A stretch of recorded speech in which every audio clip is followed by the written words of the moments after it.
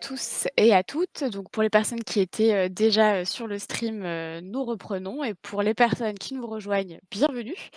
Ce qu'on va, faire, là tout de suite, c'est un Q&A autour, du sujet du narrative design. Vaste sujet. Donc voilà, vous m'avez peut-être entendu parler, très sérieusement pendant la table ronde. Ici, on va être un peu moins sérieux et on va plutôt essayer de discuter autour de tout ça. Donc si je fais des blagues, ne m'en voulez pas, c'est comme ça que je fais. Donc moi je suis, Camille, pour les personnes qui nous rejoindraient. Je suis, game designer, chez Homo Ludens et je fais partie du collectif, Mauvaises Herbes qui organise cet événement et j'accueille aujourd'hui pour parler de narrative design, Cindy Asselin de Beauville que vous voyez à la webcam, qui est donc narrative designer, freelance, si je ne dis pas de bêtises. C'est ça. Voilà et Bonjour. bonjour Cindy et qui du coup va un peu nous parler, d'elle et de, son parcours. Parce que évidemment, vous vous en doutez peut-être, j'ai tweeté là-dessus d'ailleurs, à l'heure actuelle, je ne sais pas encore personnellement ce qu'est exactement un narrative designer et je fais souvent des blagues là-dessus. D'ailleurs, j'enseigne le game design, donc si mes élèves, m'écoutent, je suis désolée, j'ai totalement fait semblant quand je vous ai parlé de narrative design. Donc aujourd'hui, c'est le moment pour qu'enfin je puisse combler mes lacunes et que je comprenne exactement ce que fait un narrative designer et j'espère que ce sera aussi votre moment, car c'est un job, qui est très présent dans l'industrie et dont finalement on parle assez peu et qui est assez nébuleux. On sait qu'un game designer, fait des mécaniques de jeu, réfléchit à des gameplays, mais finalement, qu'est-ce que fait un narrative designer? Donc c'est la question à laquelle on va essayer de répondre aujourd'hui, parmi tant d'autres. Cindy, je te laisse un peu commencer par te présenter et nous parler de ton parcours du coup, car je sais que Ouais. tu vas préparer un peu tout ça. Ouais, bien sûr. Du coup, bonjour à tous et à toutes. Moi, c'est Cindy Asselin-Beauville, comme Camille l'a dit. Je suis originaire, du coup, de Martinique. Avant tout, j'ai oublié de présenter le début parce que c'est comme ça, j'aurai toujours mes débuts et voilà et après on est chill. Du coup, je disais, je suis narrative game designer, mais je suis autrice et scénariste. Originaire donc de Martinique, parce que j'avais une petite blague dessus, c'est pour ça. Donc la Martinique, c'est bien paumé. Quand j'étais petite, du coup, je voulais être un peu, tout et n'importe quoi, donc ça passait par, forgeron, ça passait par, pâtissière et cetera et je comprenais pas trop, pourquoi, j'avais envie de faire tous ces métiers qui n'avaient absolument aucun sens, mais en fait, ça m'a sauté aux yeux. C'est parce que, je voulais finir autrice et mes parents m'ont dit, «Bah, Cindy, c'est bien, mais autrice, ça paye pas, donc tu veux pas trouver autre chose?»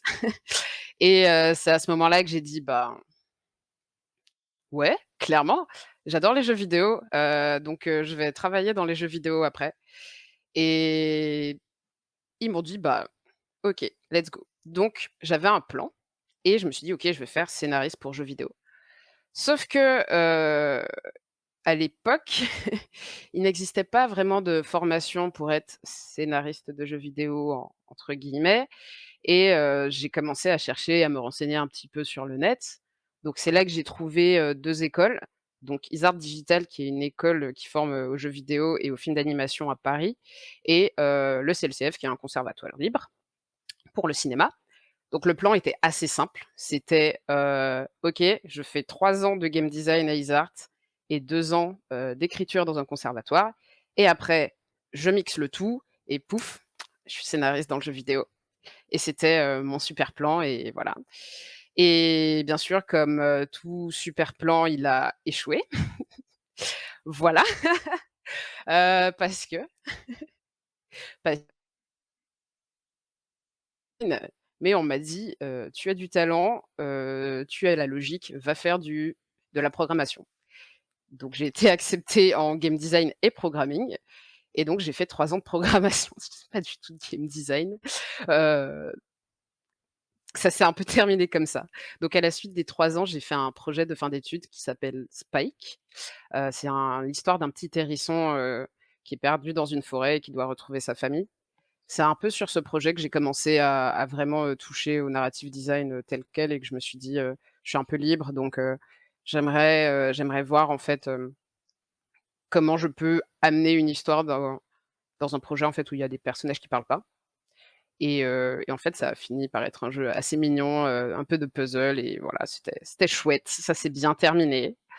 J'avais donc Isart, on a fait Spike, on était contents et à la fin de Isart, je me suis dit: «C'est bon, je suis un couteau suisse, je sais programmer, j'ai des bases en game design. Maintenant je fais le CLCF et à la fin de ça, je vais être béton». Donc j'ai fait le CLCF, j'ai appris le cinéma, j'ai appris à écrire pour, de l'animation, pour la télé et à la fin, bah, on se sent un peu royal. On a fait 5 ans d'études et on fait: «Bah, c'est trop bien» et on s'attend un peu à ce que le travail, il arrive comme ça et en fait, bah, pas du tout. C'est le désert, il y a pas du tout de travail, il se passe rien. On a des connaissances, mais on n'a pas d'expérience. Parce que les stages en narrative design à l'époque, ça n'existait pas et je ne connaissais en fait personne qui travaillait dedans, tout simplement.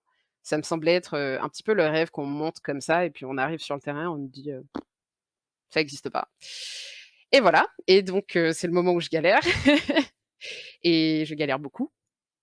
Vous inquiétez pas, on arrive sur la fin de mon parcours. Je galère beaucoup et puis j'ai surtout des amis, dont 2 qui m'aident énormément à ce moment-là.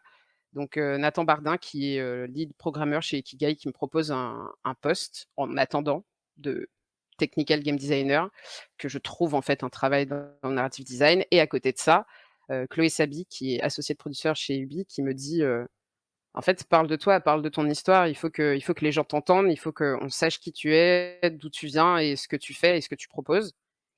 En fait, c'est ce que je commençais à faire, donc j'ai commencé à gueuler partout et grâce au pouvoir de l'amitié, j'ai rencontré, Charles, qui m'a fait rencontrer de fil en aiguille Emmanuel Cornot, qui est un narrative game designer, que j'aime beaucoup et que je respecte et ils m'ont dit, c'est pas normal que tu ne trouves pas de travail alors que tu as des compétences, donc t'inquiète pas, ça va se faire» et 1 an et demi de galère, et de je n'ai pas de travail et c'est le désert, j'ai trouvé l'oasis et on m'a proposé mon premier boulot dans une petite boîte, qui s'appelle Sunbox.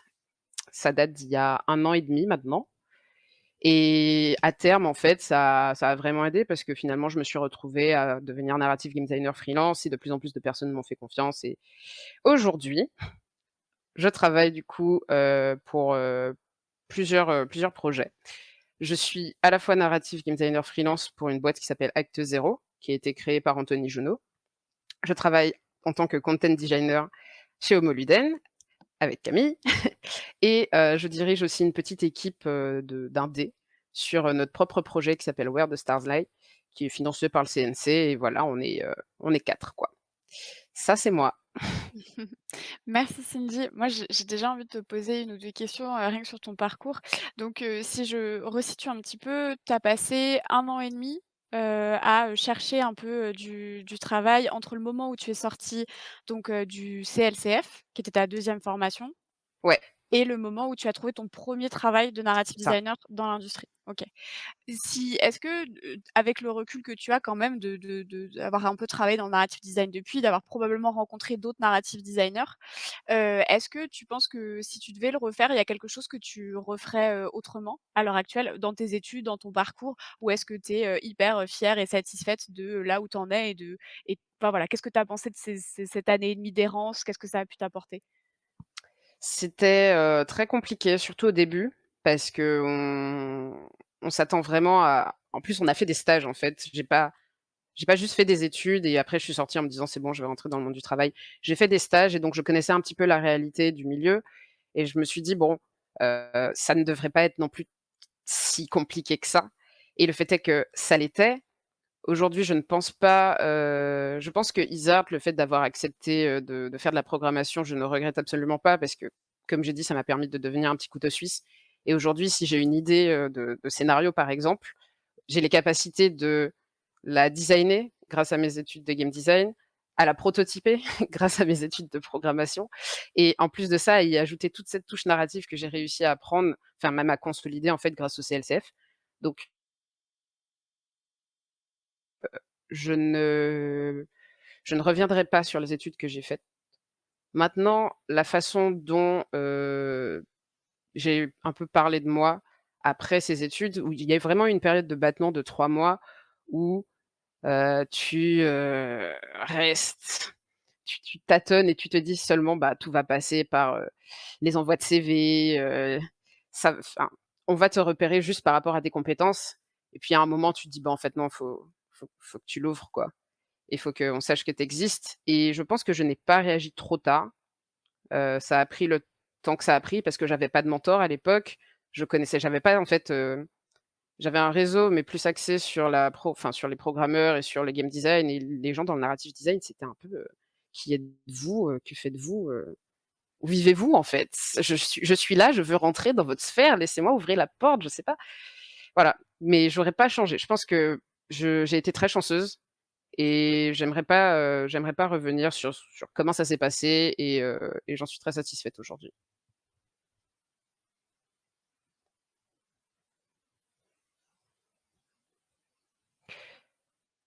Oui.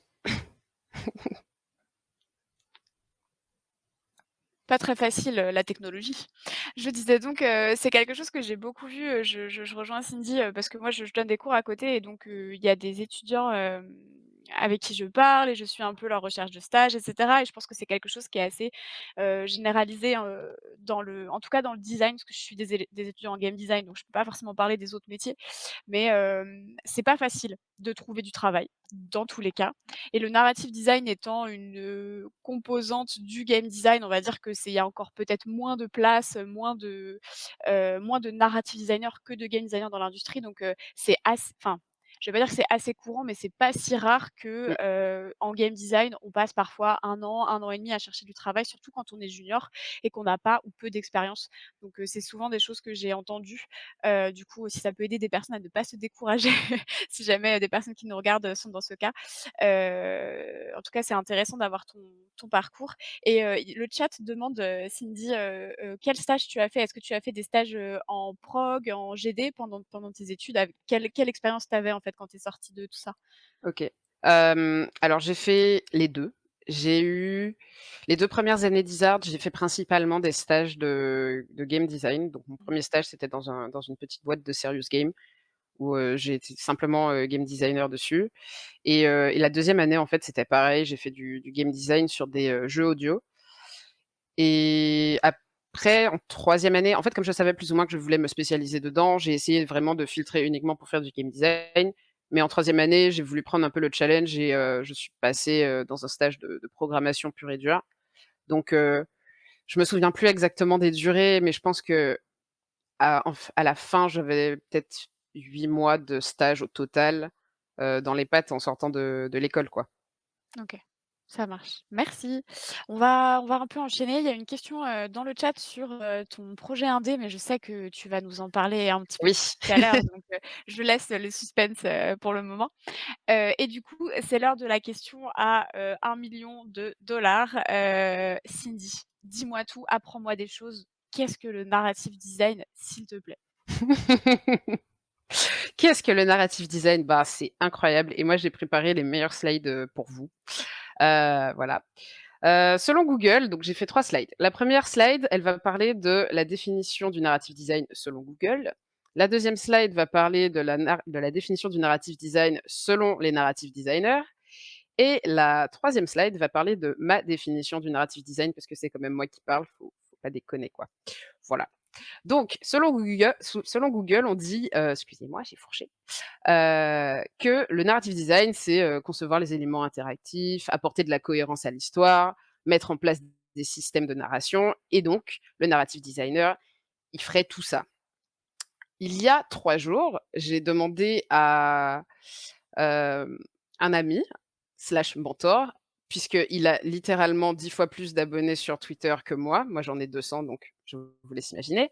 De poser cette question à ses amis et collègues, narrative designers: «Quelle est la définition du narrative game design?» Wrong answer only avec mon super accent français. Voilà ce qu'il en est sorti. Heu, Plein de trucs moches. Donc le boulot des narrative designers, c'est d'être les champions des histoires des autres, les stories go brrr, que des trucs comme ça. Ça n'a en fait, c'est bizarre, mais quand on demande la définition du narrative design, tous les narrative designers, ils ont envie de pleurer parce que c'est toujours difficile à expliquer. C'est tellement différent en fonction des boîtes et c'est dur en fait de poser une définition générale dessus. Chacun y va un petit peu à sa sauce et à la fin, bah, c'est toujours un petit peu plus confus. Il y en a qui se disent: «Bah oui, mais le narrative design, en fait, c'est écrire l'histoire». Il y en a qui disent: «Bah non, en fait, pas du tout, c'est faire de l'architecture, des structures», et en fait, tout le monde a un peu raison et un peu tort. Du coup, moi, je vais vous donner ma définition du narrative design. Donc en fait, le narrative design pour moi, c'est comment dire? On va parler, je parle beaucoup avec les exemples. Donc imaginons, vous êtes en train de vous allez faire des courses, disons ça. Vous allez faire des courses. Vous sortez dans la rue et il y a une grande rue et des petites ruelles.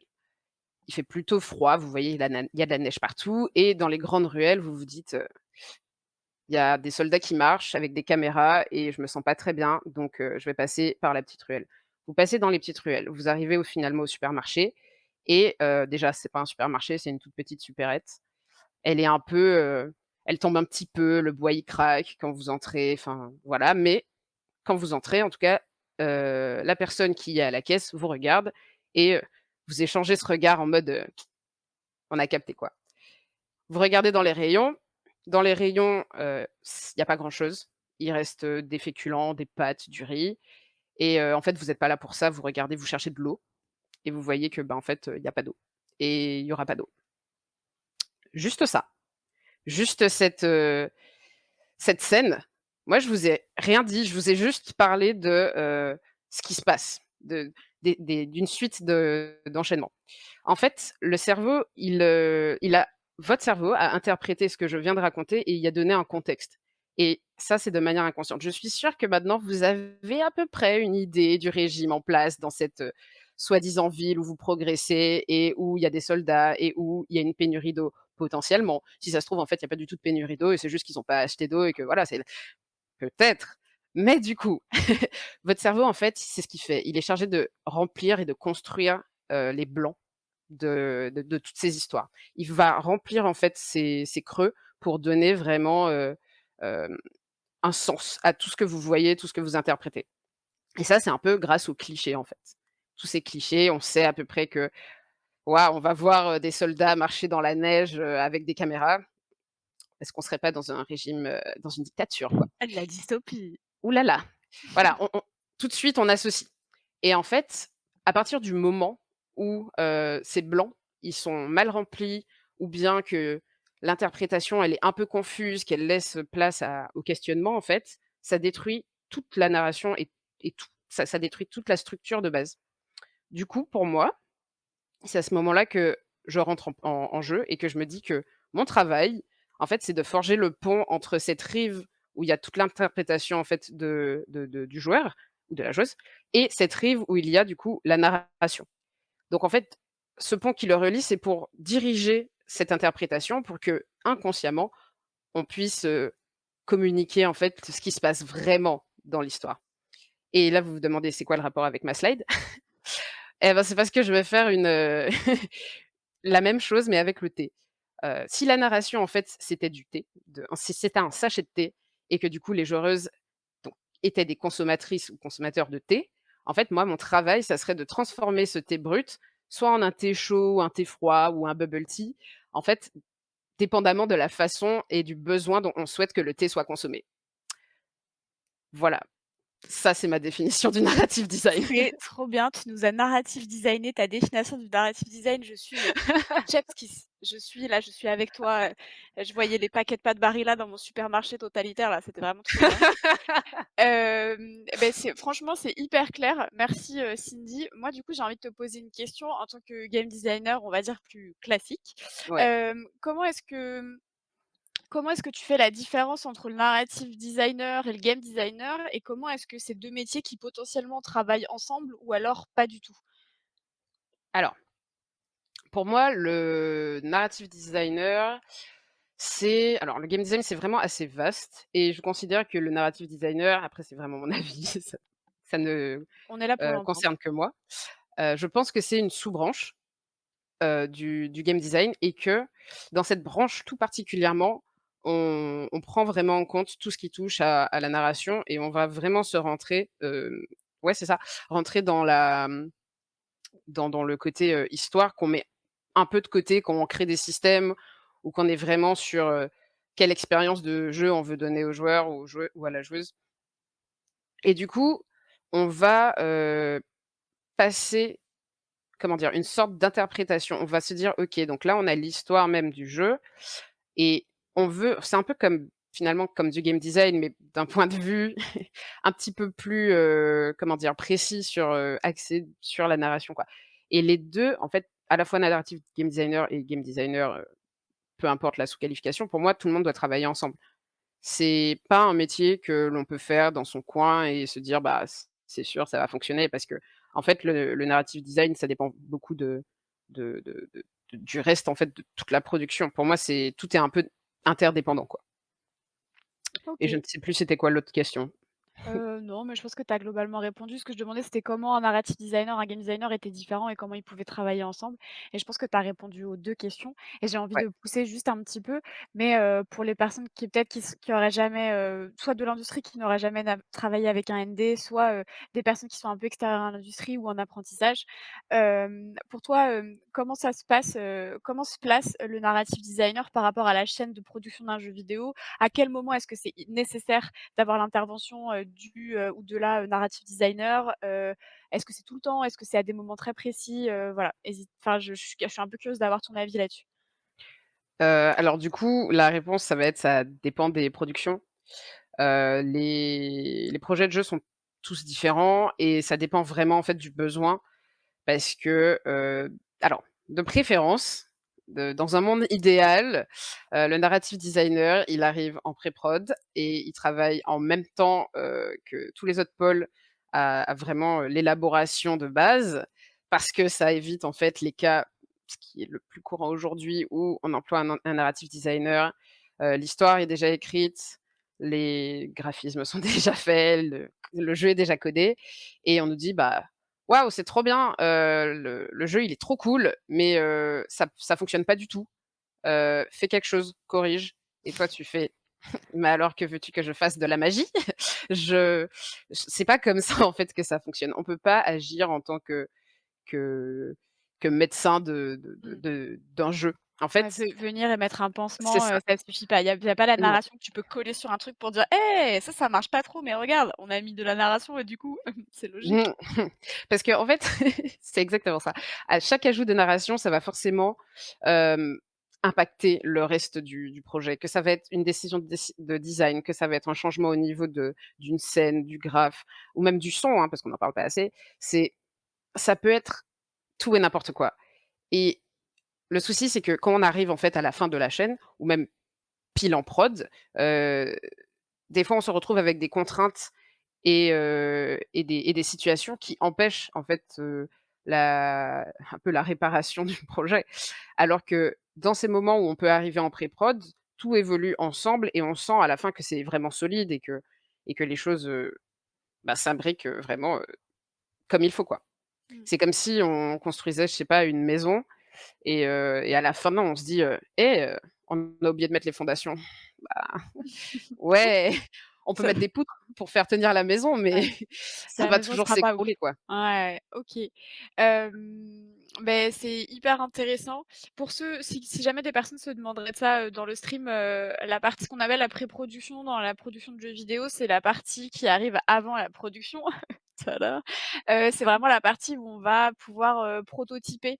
On va commencer à, donc, tout élaborer petit à petit, essayer des choses, essayer de voir ce qui marche, de voir ce qui marche pas, tout en faisant ça de manière très, rough, très brute, mais pour se donner une première idée de est-ce que le jeu fonctionne et est-ce qu'on peut ensuite se lancer en production et c'est généralement en production que là, on va mettre les moyens parce qu'on sait où on y va, on est à fond et on va, potentiellement recruter des gens et cetera pour nous aider et mettre le plus gros de la main-d'œuvre. Mais du coup, on a déjà, à ce moment-là de la production, décidé en pré-prod, et testé des choses, quoi.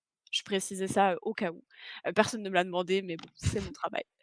Et du coup, j'ai envie en fait, d'avoir des exemples un peu concrets. Cindy, est-ce que tu pourrais nous parler, d'un ou plusieurs de tes projets pour nous dire vraiment, voilà, tu as eu un projet, ce projet il ressemblait à ça, et toi tes tâches de narrative designer sur ce projet, qu'est-ce qu'elles ont été exactement? Ouais. Alors, j'ai une première problématique qui est que j'ai commencé, il y a 1 an et demi et comme on le sait, la plupart des jeux, bah, ne sortent pas en 1 an et demi.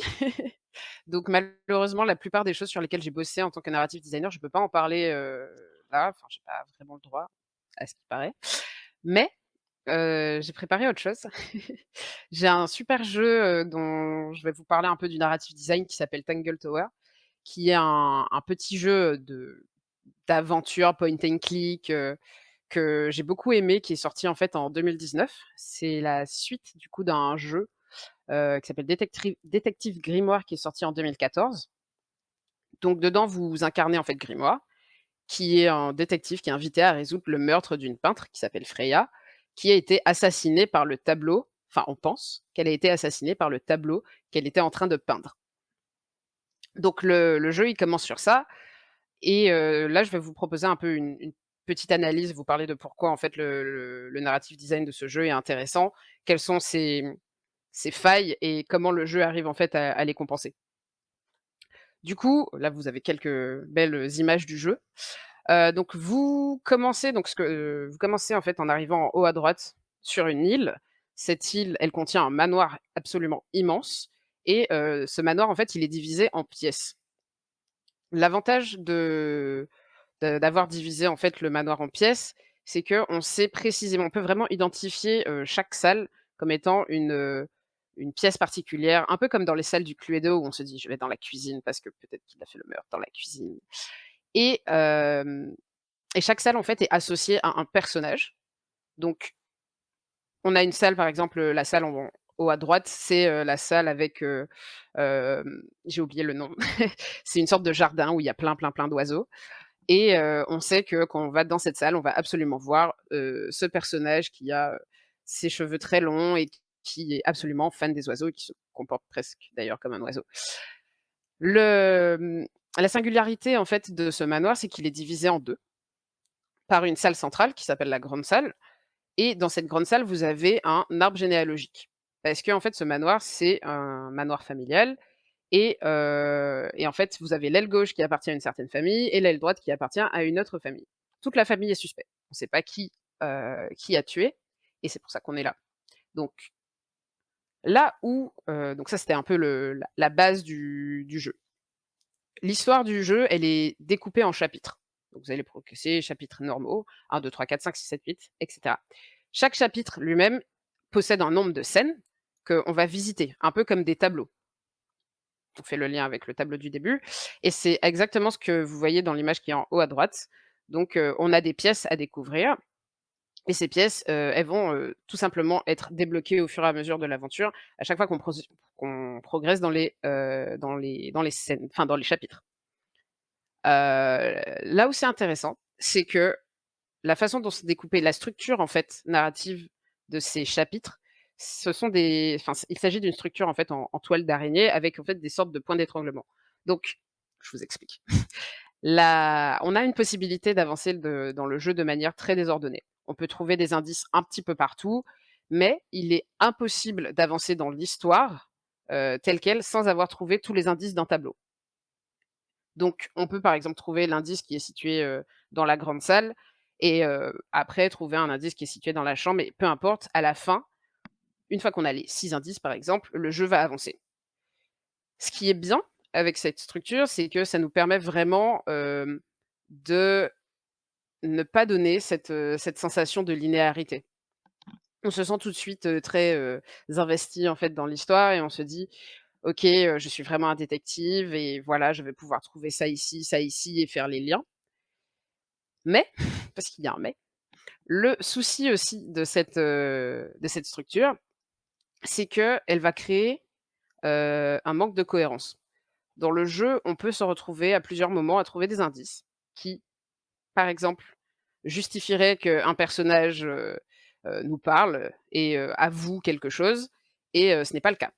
Parce que comme toutes les scènes peuvent se jouer indépendamment les unes des autres, on se retrouve à être un peu dans cet illogisme et donc ça rompt le dynamisme et à l'insertion dans le jeu.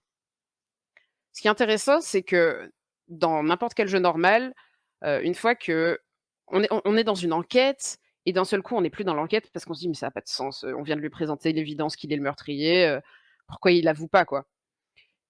Et ben, Tangle Tower arrive à, comment dire? À compenser cette absence de cohérence par la mise en scène et c'est ça qui est assez incroyable parce que le narrative design, à ce moment-là, clairement, il pêche, mais il s'est dit: «OK, mais OK, on accepte, on l'assume et on va trouver quelque chose qui va nous permettre de surpasser, en fait, cette absence de cohérence». Déjà, premièrement, le motif de base du meurtre est un peu fantastique. On s'attend à ce qu'il y ait, tout le temps quelque chose de fantastique qui survienne et qui surgisse un petit peu. Les personnages aussi ont l'air un peu, heu, bizarres, hein, on ne sait pas trop à quoi s'attendre. Donc quand ça manque de cohérence, tout de suite notre cerveau, il fait le lien avec l'histoire qui nous a plus ou moins dit: «Écoutez, c'est peut-être magique». Déjà ça, c'est un premier trick. Le deuxième qu'ils arrivent à mettre en place, par rapport à la mise en scène, c'est que chaque personnage possède un secret, quelque chose de très singulier qui les concerne eux et uniquement eux et chaque secret, en fait, permet de comprendre l'événement collectif. Donc comment le meurtre s'est passé, comment ça s'est déroulé et ce système de secret et donc de resserrage, en fait, sur les individualités, heu, nous permet d'oublier toutes les incohérences entre les personnages pour nous concentrer sur un personnage à chaque fois. Donc, quand on arrive dans une scène, on se dit: «OK, bah, tel personnage, il aurait dû nous avouer», mais c'est comme si, en fait, chaque scène, ils ont réussi à vraiment isoler chaque scène et chaque personnage de tout le reste de l'histoire. Donc vraiment comme si on explorait tableau par tableau et grâce à ça, ça compense, en fait, l'absence de cohérence entre les différents personnages qui auraient dû savoir que quand on leur présente une pièce qui vient un indice qui vient d'un autre tableau, et ben, c'est évident, là, c'est là. Finalement, ça ne l'est pas, parce que pour eux, ils vivent dans leur monde, dans leur petit tableau et c'est comme ça et du coup, ça fonctionne très bien parce que même si on le ressent, même si on le sait, on se dit: «En fait, c'est juste comme ça» et ça, c'est une très enfin, je trouve que ce jeu arrive à bien, en fait, dissimuler ses défauts, là où clairement, dans n'importe quel jeu normal, on se serait dit: «Ça ne va absolument mais pas du tout». Hem Et est-ce que tu penses que ce défaut de narrative design dont tu parles, est-ce que toi, tu vois une manière, dont il aurait pu être résolu ou, c'est des fois enfin, est-ce que c'est technique? Est-ce que tu arrives à avoir un peu d'insight sur, cette problématique-là? Parce que je m'interroge du coup, je me dis voilà, est-ce que c'est des narrative designers qui ont peut-être pas eu les moyens d'aller au bout parce que c'est des questions, de narrative design qui sont ultra complexes et qu'il faudrait un système bien plus poussé? Ou, est-ce que c'est quelque chose qui arrive très souvent et qu'on accepte en narrative design parce que c'est le pouvoir de la narration? C'est une très bonne question. Je pense que, alors déjà, ceux qui sont derrière, Tangle Tower, c'est pas leur premier jeu. C'est, comme je disais, c'est la suite de Détective Grimoire, donc le jeu a pris 5 ans de développement. Ils y ont réfléchi, ils ont pris leur temps puisque c'était vraiment, enfin, c'était un peu leur bijou, quoi. Ils ont eu un très bon début avec Détective Grimoire, j'ai vraiment du mal à dire ce mot et après ils se sont dit: «On va faire une suite et la suite, ça va vraiment être une version améliorée de ce premier jeu». Donc je pense que déjà de base, c'était voulu. Maintenant, comment on aurait pu, en fait, si on avait décidé de pallier ce problème autrement, on aurait dû changer la structure même du projet. Actuellement, comme je disais, c'est une structure un peu en toile d'araignée, donc en fait, tout fait ça, ça, ça se rejoint et à la fin, on arrive à ce point d'étranglement où tout se resserre et on se dit: «Bon, bah, ça c'est la suite de l'histoire, on a trouvé tous les indices et ça fonctionne».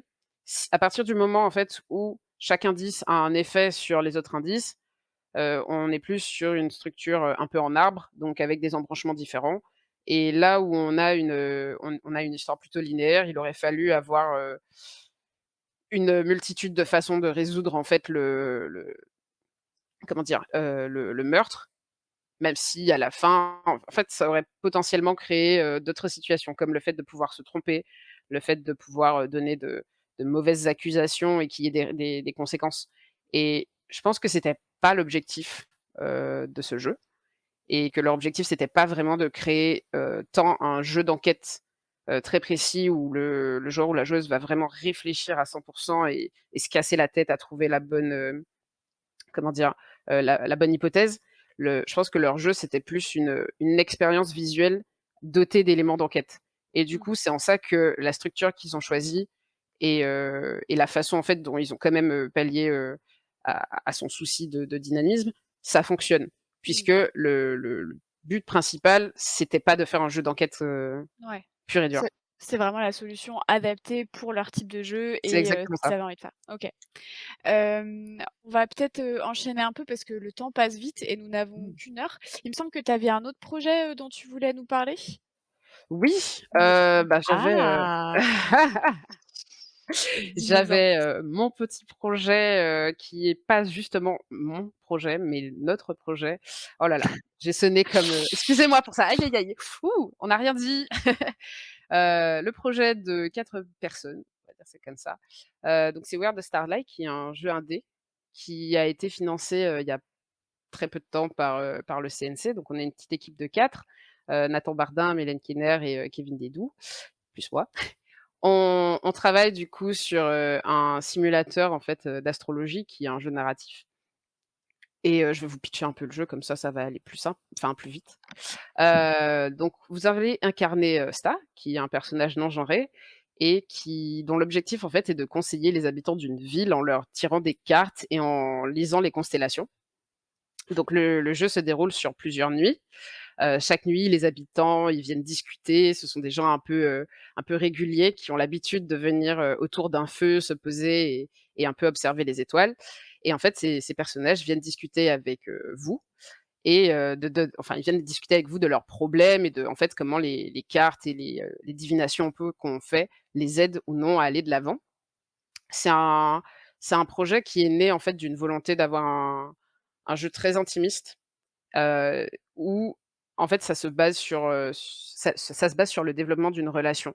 L'idée c'était vraiment de créer du lien et un peu dans cette vibes, alors sans pour rentrer dans le wholesome où c'est vraiment, très doux et on arrondit les angles et tout va bien. Ben, c'était un peu prendre ce prisme-là, donc en donnant un espace safe, mais tout en traitant en fait des sujets, plutôt compliqués et plutôt difficiles, comme, le deuil, comme, les relations toxiques, l'identité de genre, les handicaps et ce genre de choses et en fait, tout de suite, quand on s'adapte à ce genre de jeu qui est assez, spécifique, il faut se poser plein de questions et notamment en narrative design. Comment on recrée en fait tout simplement un espace safe? Qu'est-ce qui est synonyme de détente, de bien-être? Quels sont les sujets tabous que l'on peut aborder, que l'on a le droit d'aborder? Comment on veut les aborder? À travers qui? Pourquoi? Comment on garde mais il y a tellement de questions. Comment on garde en fait le mysticisme lié à une mécanique de divination? Comment on lui donne du sens? Comment en fait on crée des habits enfin comment on intègre un joueur ou une joueuse à un univers qui n'est pas du tout le sien et on arrive quand même à lui parler en fait à travers ça, à créer en fait ce lien qu'on cherche. Heu, donc on a trouvé plus ou moins des réponses. Donc nous, nos réponses, c'était d'avoir un peu cette, création d'habitudes, de rituels, donc cette idée d'avoir des cycles de nuit qui s'enchaînent et de toujours revoir en fait les mêmes personnages. Jamais avoir une diversité, mais vraiment, les mêmes personnages qui reviennent et vraiment se dire: «OK, donc là je suis contente en fait de revoir, tel personnage que j'ai pas vu depuis 4 nuits» et qui vient me dire, «Waouh, c'est trop bien, je suis allé voir un feu d'artifice, c'était incroyable» et en fait, ils enchaînent et ils reviennent tout le temps, pour s'exprimer. Il a fallu rendre du coup les features en fait, assez, diégétiques, même le plus diégétique que possible pour créer cet espace de sphère. Donc que la musique qu'on écoute dans le jeu, c'est la musique que les personnages ils écoutent. Avoir le moins d'UI que possible ou dès que l'on a de l'UI, essayer de l'intégrer dans le décor. Donc, par exemple, quand on tire les cartes en fait, elles sont pas, face à la caméra, mais elles donnent cet effet d'être posées sur le sol et que c'est le personnage que l'on joue qui est en train de les tirer. C'est vraiment des centaines de questions comme ça, qui surgissent en fait quand on crée ce genre de projet et moi, une question qui est plus orientée, écriture et narration, mais qui m'a beaucoup tenue à cœur, c'était, en France, comment on écrit les dialogues d'un personnage qui est non genré, quand on ne veut pas, s'exprimer à la place des autres, en fait? Comment Star, conjugue ses adjectifs, tout simplement. J'ai trouvé, la solution, pour qui fonctionne, dans notre cas et qui est aussi un peu une sorte de challenge technique, qui est de ne jamais utiliser en fait d'adjectifs qui s'accordent ou de verbes qui s'accordent, ce qui est très compliqué en langue française, mais qui est par exemple un désir du jeu parce que c'est aussi important d'avoir des représentations, qui prouvent en fait la nécessité d'avoir des solutions aujourd'hui et qu'on peut pas en fait continuer, comme ça, quoi. Et du coup, de manière beaucoup plus, technique, travailler sur un projet comme ça demande de faire beaucoup d'Excel, d'avoir beaucoup de statistiques et de prototypage. On essaye des features, on voit ce qui fonctionne. Si en fait le prototype, il renvoie cette impression en fait tout de suite, cette impression de cocon et d'espace, un peu safe où on peut parler de tout et de rien, on essaye et si on trouve la bonne formule, on itère dessus et en fait, typiquement dans ce genre de projet, le narrative design travaille tout le temps avec, le graphisme, le son, le game design et la programmation, tout le temps. Il y a pas un moment où ces pôles-là, en fait, ils peuvent être dissociés, littéralement. Voilà. OK. Est-ce que tu nous as un peu parlé de ce challenge, donc sur, d'être inclusif et enfin sur l'écriture inclusive en général et comment est-ce qu'un personnage non genré peut parler, de, elle, lui, elle, lui. J'aimerais bien savoir s'il y a autre chose, sans vouloir trop en dévoiler non plus sur ton projet parce que je suis sûre qu'on attend un peu tous et toutes, de pouvoir y jouer, quand ça sortira, mais est-ce qu'il y a quelque chose dont, un challenge de narrative design que tu as eu, enfin quelque chose dont tu es hyper, fière, quelque chose que tu as pu apporter au projet, et qui serait voilà, dont tu aurais envie de nous parler? Quelque chose en plus de ça? Oui, alors ça va être un peu difficile sans spoiler, mais on a une mécanique, principale de divination et quelque chose qui me tenait, à cœur, c'était d'avoir, heu, cet impact, en fait, dans nos choix et comme on l'a dit, ces choix, ne sont pas verbaux puisqu'on donne des cartes et on s'imagine à peu près que les cartes vont faire certaines choses et en fait, au final, on constate. Donc c'était très important de vraiment pouvoir donner, cette force à ces cartes et la difficulté, c'était comment on offre, aux joueuses des une multitude de choix, sans que ça représente un travail absolument colossal de notre côté et au final, on a beaucoup, beaucoup, beaucoup réfléchi et on a réussi à trouver une mécanique de tri, en fait, des cartes qui ont plus ou moins un certain type d'influence. Là, c'est vraiment systémique, on a une carte principale, en fait, qui va beaucoup impacter l'histoire, une carte secondaire qui va changer comment dire? Quelques paramètres par rapport à la première carte et une dernière carte qui est une sorte de carte maudite qui va impacter ensuite l'ensemble des 2 autres cartes qui ont déjà impacté, l'histoire et du coup, ça nous offre vraiment, beaucoup de branches, mais ça permet toujours un peu de contrôler, en fait, les points de départ. Puisqu'on resserre avec, on va dire, allez, disons 3 grosses propositions et après ces 3 grosses propositions, hein, des plus petites branches qui ont elles-mêmes des plus petites branches. Mais comme ça reste toujours dans la grande proposition, en fait, on peut garder, le sujet, de cette grande branche pour itérer dessus sur la suite, quoi. Et ça a été un système qui a été très dur à mettre en place et à réfléchir et qui a demandé aussi beaucoup d'Excel et et au final, on est plutôt satisfait de comment ça s'est terminé. OK, trop bien. J'espère que le chat est aussi intéressé parce que bon, moi, c'est un peu du kink, de game designer du coup, je suis là en mode: «Waouh, ça a l'air trop bien!» J'espère que tout le monde a trouvé ça clair et intéressant. Au pire, moi, je me suis éclatée, donc c'est pas très grave. Mais ouais, j'ai super hâte, du coup, de jouer à ce jeu et j'espère que hésitez pas à follow, Cindy du coup et Cindy, j'espère que tu nous donneras des infos dessus sur, quand est-ce qu'on pourra y jouer, quand est-ce que ça Ouais, sortira. j'en profite un peu, on a un Twitter en fait pour le projet, Yes, heu, donc c'est @starslike, c'était sur la fiche, de tout à l'heure, mais OK. si vous me suivez, c'est dans ma description donc voilà. T'inquiète, on va trouver ça, du côté de la modération et on va partager ça, dans, le chat Twitch pour que tout le monde puisse suivre ce projet qui a l'air ultra cool et je ne dis pas ça parce que je suis absolument férue d'astrologie, mais pas du tout, voyons. Hem, Bah, merci Cindy, on approche un peu de la fin, moi, j'aimerais bien quand même, poser une question, donc on n'a pas forcément hésitez pas dans le chat, hein, si vous avez des questions à poser, qu'on puisse, avoir un peu de temps, pour faire ça. Moi, ce que j'aimerais bien quand même te demander, c'est si jamais on a des personnes qui nous regardent, maintenant ou plus tard, Mmh, et qui, sont intéressés par le narrative design, qui ont envie d'approcher cette discipline, que ce soit parce que, ils ou elles viennent, d'un autre job dans le jeu vidéo, parce que moi j'ai déjà vu des gens qui venaient d'ailleurs et qui avaient envie d'aller vers le narrative design. On n'ose pas trop, un peu comme toi qui est passé par la programmation, des fois on n'ose pas trop se lancer vers ça alors que c'est quelque chose dont on rêve un peu. Même moi j'ai approché le game design à la base, sous l'angle de la narration parce que je venais du cinéma. Donc je pense que c'est un parcours qui est assez, commun. mmh. Bref, j'ai fait une très longue phrase, mais en gros, ce que je voudrais, c'était, est-ce que toi, tu as des conseils à donner à des personnes qui voudraient faire du narrative design sur, bah, voilà, quelles sont les qualités principales à avoir quand on est narrative designer? À quoi est-ce qu'on doit faire attention? N'importe quel conseil qui pourrait, te venir et que tu auras envie de donner, aux personnes qui nous écoutent. Ouais. Alors, j'ai fait une petite liste rapide, dans ma tête, puisque ça va être très simple. Mon premier conseil, number one, c'est, parler anglais. Déjà, heu, c'est parler anglais, il faut lire l'anglais. Si vous êtes bilingue, c'est vraiment le jackpot, vous êtes trop bien.